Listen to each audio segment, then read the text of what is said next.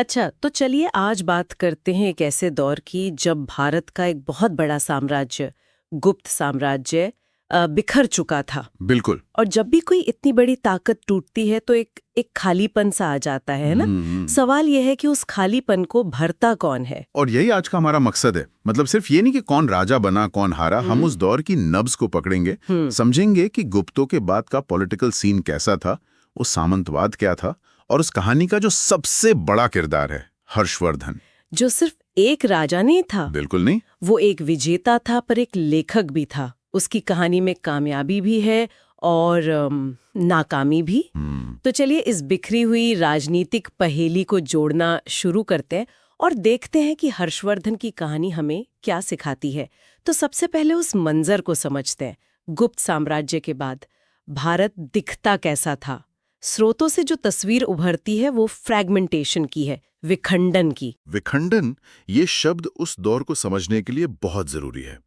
केंद्रीय सत्ता, मतलब जो सेंट्रल अथॉरिटी थी, वो लगभग खत्म हो चुकी थी। और इसी बिखराव से एक नई व्यवस्था ने जन्म लिया, सामंतवाद। सामंतवाद, ये शब्द हम बहुत सुनते हैं, लेकिन उस समय इसका मतलब क्या था? क्या ये सिर्फ जमींदार थे? उससे कहीं ज्यादा। आप ऐसे सोचिए कि राजा अपने अधिकारियों को नकद तनख्वाह नहीं दे रहा है, बल्कि जमीन का एक बड़ा टुकड़ा दे रहा है। अच्छा। अब उस अधिकारी की जिम्मेदारी है कि वो उस जमीन से टैक्स वसूले, अपनी सेना रखे और जरूरत पड़ने पर राजा की मदद करे। यही अधिकारी सामंत या महासामंत कहलाते थे। तो मतलब केंद्र की शक्ति इन सामंतों में बढ़ गई। राजा नाम का रह गया, पर असली ताकत तो इन लोकल सामंतों के हाथ में आ गई। बिल्कुल। और यही से डिसेंट्रलाइजेशन, मतलब विकेंद्रीकरण तेज हो गया। हर सामंत अपने इलाके का एक छोटा मोटा राजा था। तो इस दौर में कौन कौन सी बड़ी क्षेत्रीय शक्तियां थीं? कई थीं। जैसे मगध में उत्तरकालीन गुप्त थे, कन्नौज में मौखरी राजवंश बहुत शक्तिशाली था, और बंगाल में गौड़ वंश का उदय हुआ, जिसका राजा था शशांक। शशांक का नाम आते ही स्रोतों में एक तनाव सा दिखता है। उसे बौद्ध धर्म के विरोधी के तौर पर दिखाया गया है ना? हाँ, खासकर बौद्ध स्रोतों में। कहा जाता है कि उसने बोधगया में बोधि वृक्ष को कटवाने की कोशिश की थी। ये उस दौर के धार्मिक तनाव को भी दिखाता है। तो कुल मिलाकर माहौल ये था कि हर कोई लड़ रहा था, कोई एक मजबूत केंद्रीय शक्ति नहीं थी। तो इस पूरे बिखरे हुए माहौल में, इस अराजकता में, क्या कोई ऐसी ताकत थी जिसने इस सब को फिर से जोड़ने की कोशिश की? हाँ, और यहीं से हमारी कहानी का मुख्य अध्याय शुरू होता है। इन सब छोटे छोटे राज्यों के बीच हरियाणा के थानेश्वर से एक ताकत उभरी, पुष्यभूति वंश, जिसे हम वर्धन राजवंश के नाम से जानते हैं। और इस वंश का पहला बड़ा राजा था प्रभाकर वर्धन। सही। प्रभाकर वर्धन में खास बात थी उसकी महत्वाकांक्षा। उसने महाराजाधिराज और परम भट्टारक जैसी बड़ी उपाधियां ली। ये सिर्फ नाम नहीं थे, ये एक ऐलान था कि वो उत्तर भारत का सम्राट बनना चाहता है। लेकिन वो जानता था कि सिर्फ लड़ाई से काम नहीं चलेगा। बिल्कुल, उसे कूटनीति की अहमियत पता थी। और उस दौर में सबसे बड़ी कूटनीति होती थी विवाह संबंध। आपने सही पकड़ा। प्रभाकर वर्धन ने एक बहुत ही चतुर पॉलिटिकल मूव चला। उसने अपनी बेटी राजेश्वरी की शादी कन्नौज के ताकतवर मौखरी राजा ग्रहवर्मन से कर दी। अच्छा, तो थानेश्वर के वर्धन और कन्नौज के मौखरी एक हो गए, एक मजबूत गठबंधन बन गया। हाँ, एक ऐसा गठबंधन जो बंगाल के शशांक जैसी ताकतों को चुनौती दे सकता था।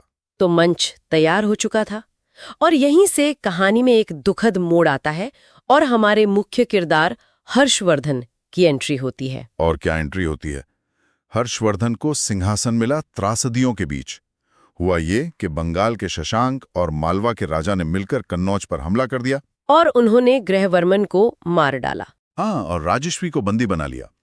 ये खबर सुनकर प्रभाकर वर्धन का बड़ा बेटा राज्यवर्धन बदला लेने निकला।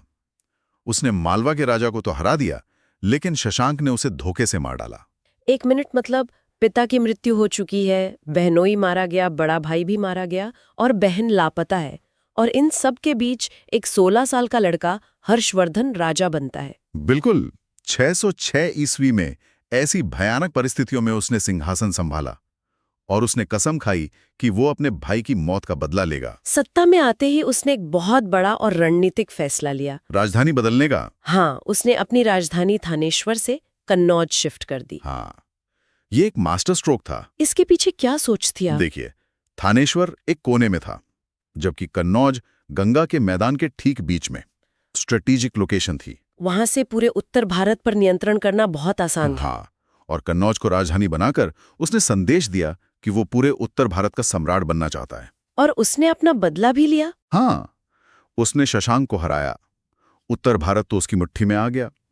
लेकिन जैसा अक्सर होता है, महत्वाकांक्षा उसे दक्षिण की ओर खींच कर ले गई। पर वहां नर्मदा नदी के किनारे उसकी टक्कर एक और महाशक्ति से हुई। चालुक्य शासक पुलकेशिन द्वितीय। बिल्कुल, वो भी उतना ही महत्वाकांक्षी था जितना हर्ष। जाहिर है, दो तलवारें एक म्यान में नहीं रह सकती थी। नर्मदा नदी के तट पर दोनों की सेनाओं में भयंकर युद्ध हुआ। और इस युद्ध का नतीजा क्या निकला, और हमें इसके बारे में पता कैसे चलता है? क्योंकि इतिहास तो अक्सर विजेता ही लिखते हैं। यही तो बात दिलचस्प हो जाती है। इस युद्ध में हर्षवर्धन की हार हुई। क्या? हाँ, उसकी विजय यात्रा नर्मदा के तट पर रुक गई।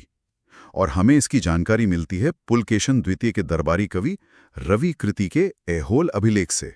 मतलब हमें कहानी का दूसरा पहलू सुनने को मिलता है। सही।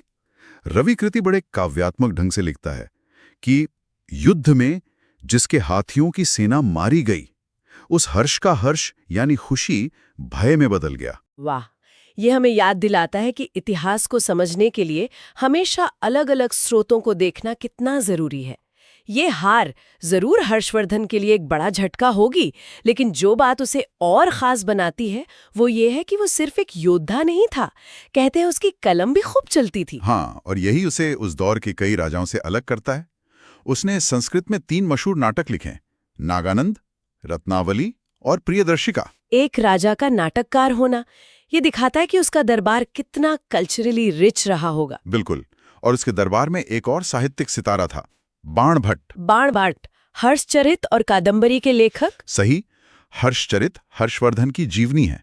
हालांकि हमें यह याद रखना चाहिए कि एक दरबारी कवि ने अपने राजा की प्रशंसा में लिखी है, तो इसमें थोड़ी अतिशोक्ति तो होगी ही। और इसी दौर में एक बहुत मशहूर विदेशी मेहमान भी भारत आया, चीन का यात्री हुएन तांग। ज़्योनज़ांग। उसका भारत आना उस समय की एक बहुत बड़ी इंटरनेशनल इवेंट थी। वो एक बौद्ध भिक्षु था जो ज्ञान की तलाश में हजारों मील चलकर भारत आया था। और वो यहाँ करीब 15 साल रहा। हाँ, और उसने अपनी यात्रा का विवरण सीयू की नाम की किताब में लिखा। वो कई साल तक हर्षवर्धन के दरबार में भी रहा। उसी के प्रभाव में आकर हर्ष का झुकाव बौद्ध धर्म की तरफ और ज्यादा बढ़ा। अच्छा, तो जरा आप प्रशासन की बात करते हैं।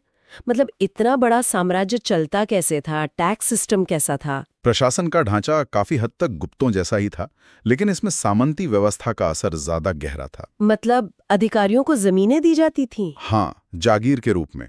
और आय का मुख्य स्रोत था भू राजस्व, जमीन से मिलने वाला टैक्स। ये उपज का छठा हिस्सा, मतलब 1/6 होता था, जिसे भाग कहते थे। तो अगर अधिकारियों को वेतन की जगह जमीन दी जा रही थी, तो इससे आम किसान और राजा के बीच का सीधा रिश्ता तो कमजोर हो गया होगा। ये एक बहुत महत्वपूर्ण पॉइंट है। अब किसान के लिए उसका मालिक वो स्थानीय सामंत था। इससे किसानों के शोषण की आशंका भी बढ़ जाती थी। और धर्म के मामले में हर्ष कैसा था? हमने शशांक के बारे में सुना जो कट्टर शैव था। क्या हर्ष भी वैसा ही था? नहीं, स्रोत बताते हैं कि वो धार्मिक रूप से बहुत सहिष्णु था। शुरुआत में वो सूर्य और शिव का उपासक था, लेकिन धीरे धीरे और खासकर ह्वेन-त्सांग के प्रभाव में वो बौद्ध धर्म की महायान शाखा का बहुत बड़ा संरक्षक बन गया। लेकिन कन्नौज में जो उसने बड़ी धार्मिक सभा बुलाई थी, उसमें तो उसने बौद्ध धर्म को बाकी सब पर प्राथमिकता दी थी। कुछ ब्राह्मण विद्वान नाराज भी हुए थे। ये सही है। कन्नौज की सभा महायान बौद्ध धर्म के प्रचार के लिए ही बुलाई गई थी। तो हम कह सकते हैं कि वो व्यक्तिगत रूप से सहिष्णु था, लेकिन एक शासक के तौर पर उसका राजकीय संरक्षण बौद्ध धर्म को ज्यादा मिला। और प्रयाग में होने वाले महामोक्ष परिषद का भी जिक्र आता है। वो क्या था? वो हर 5 साल में होने वाला एक विशाल आयोजन था। ह्वेन-त्सांग ने अपनी आंखों से देखा था। इस परिषद में हर्ष अपनी 5 साल की पूरी कमाई, अपने रत्न, कपड़े सब कुछ दान कर देता था। सब कुछ? हाँ, अंत में अपनी बहन राजश्री से पहनने के लिए पुराने कपड़े मांगता था। ये उसकी उदारता का एक जबरदस्त सार्वजनिक प्रदर्शन था। तो एक ऐसा राजा जिसने बिखरे हुए उत्तर भारत को एक किया, जो खुद एक विद्वान था, कला का संरक्षक था। लेकिन फिर उसकी मौत के बाद क्या हुआ? क्या उसका साम्राज्य टिका रहा? और यही भारतीय इतिहास का एक दुखद पैटर्न है। एक शक्तिशाली शासक अपनी योग्यता से एक साम्राज्य बनाता है, लेकिन वो साम्राज्य उसी की व्यक्तिगत शक्ति पर टिका होता है। उसका कोई मजबूत उत्तराधिकारी नहीं था। बिल्कुल। 647 ईस्वी में हर्षवर्धन की मृत्यु के बाद जो साम्राज्य उसने 41 साल लगाकर खड़ा किया था, वो बहुत जल्दी बिखर गया। तो इतिहास फिर से वहीं पहुंच गया जहां से शुरू हुआ था, विखंडन। हाँ, हर्ष की मौत ने एक बार फिर से एक पावर वैक्यूम बना दिया और इस खालीपन को भरने के लिए 3 नई महाशक्तियां मैदान में उतरीं। बंगाल के पाल, पश्चिमी भारत के गुर्जर प्रतिहार और दक्कन के राष्ट्रकूट। और इन तीनों के बीच कन्नौज के लिए सदियों तक संघर्ष चला, जिसे इतिहास में त्रिपक्षीय संघर्ष के नाम से जाना जाता है। तो आज की इस चर्चा को समेटें तो गुप्तों के पतन के बाद भारत में एक बिखराव का दौर आया। इस उथल-पुथल के बीच हर्षवर्धन ने उत्तर भारत को एक करने का एक शानदार मगर अधूरा प्रयास किया। हाँ, और उसका साम्राज्य उसकी व्यक्तिगत योग्यता पर इतना निर्भर था कि उसके जाने के बाद टिक नहीं सका। यह हमें सिखाता है कि सिर्फ एक व्यक्ति की महानता पर बनी व्यवस्था अक्सर स्थायी नहीं होती। और अब श्रोताओं के लिए सोचने के लिए एक अंतिम विचार। जो स्रोत हमने देखे हैं वे बताते हैं कि इस गुप्तोत्तर काल में भारत का अंतर्राष्ट्रीय व्यापार काफी कम हो गया था। अर्थव्यवस्था ज्यादा से ज्यादा गांव और खेती पर आधारित होती जा रही थी। तो विचार करने योग्य प्रश्न ये है, जब कोई समाज एक ट्रेड बेस्ड इकोनॉमी से एक एग्रेरियन इकोनॉमी की ओर बढ़ता है, जब शहर सिकुड़ते हैं और गांव ही जीवन का केंद्र बन जाते हैं, तो उसके दैनिक जीवन, शक्ति संरचना और यहाँ तक कि लोगों की मानसिकता पर क्या प्रभाव पड़ता है, क्या खो जाता है और क्या हासिल होता है।